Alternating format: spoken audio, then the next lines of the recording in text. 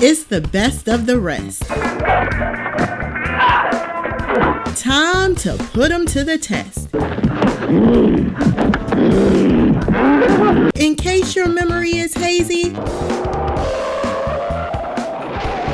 it's Blaxploitation, baby. This is Black History Month, a 29-day celebration of Black exploitation films.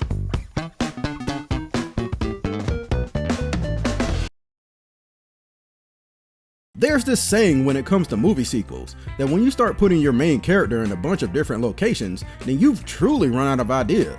In most cases, this location ends up being space, and more often than not, the movie will suck. That's probably what a lot of people were thinking when it was announced that our favorite private investigator, John Shaft, would return, but this time in Africa. Now, in my opinion, Africa is a pretty unique setting, at least for the time. 1973 Shaft in Africa was one of only a handful of movies that was filmed in the Motherland, Ethiopia to be precise, and people probably wondered a few things once the location was chosen. One, how would a New York character translate to Africa?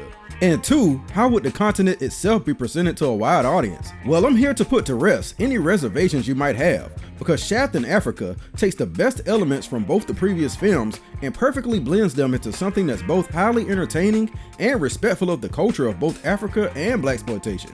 In Shaft in Africa, Shaft is still the same old Shaft, still disrespectful and still badass, but he seems to be missing a step here. Kids damn near steal his rims, and he let some Africans get the drop on him.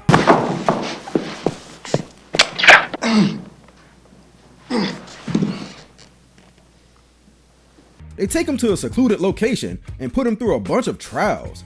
Did they have to strip him down to his shaft though? One trial is fighting with only a stick, a real one, not the one you're thinking of. And the second trial has Shaft placed under some hot spotlights while only standing in sand. All of this may seem random, but there's a method to the madness of all this, and we learn from the tribal chief who orchestrated everything that it was to see if Shaft can survive in African conditions. Because if you didn't know Shaft, you're going to Africa. The idea that Shaft's reputation stretches all the way to Ethiopia does take some suspension of disbelief, but I can't think of a better way to get him there outside of him deciding to go on his own. Shaft really doesn't want to go at first, but I'll give you two guesses as to what changes his mind. That's right, you guessed it.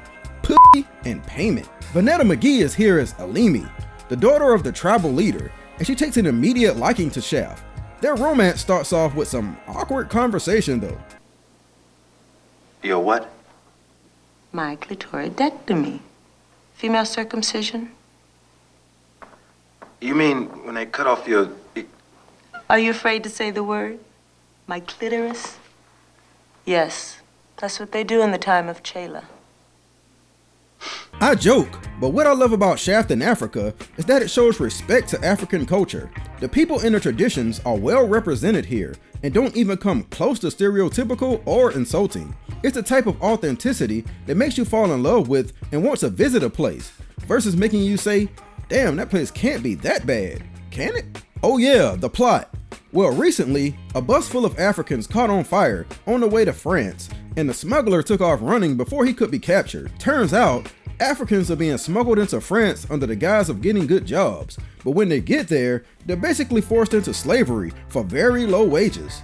The tribal chief sent a man to go undercover as one of the slaves, but he was discovered and killed. So it's decided that they needed somebody more like Shaft, an outsider that nobody will notice. Only problem is, that damn reputation gets in the way, and the bad guys know that Shaft is coming and try to stop him at every opportunity. The smuggling of Africans into France was actually a real life story that was happening around this time, and became the inspiration for Sterling Silliphant to write this script. Shaft in Africa took a risky move. It took Shaft out of his element and forced him to make use of his intelligence and actually do some private investigating.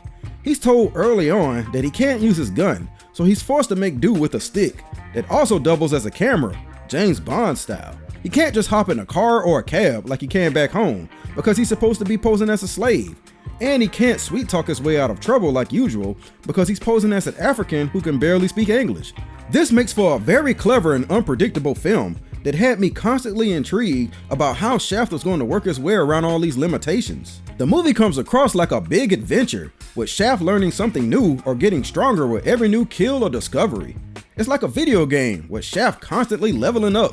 That old Shaft is still here though, he still applies the shaft to multiple women throughout the movie, including multiple times to Vanetta McGee, who magically shows up at random intervals. Damn, baby, I couldn't get a ride? And he's still full of funny one-liners when the opportunity presents itself.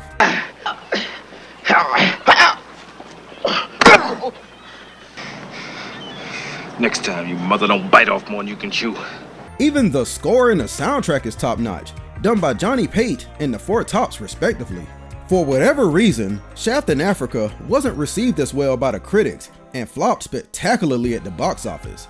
But I think it's the best out of the trilogy.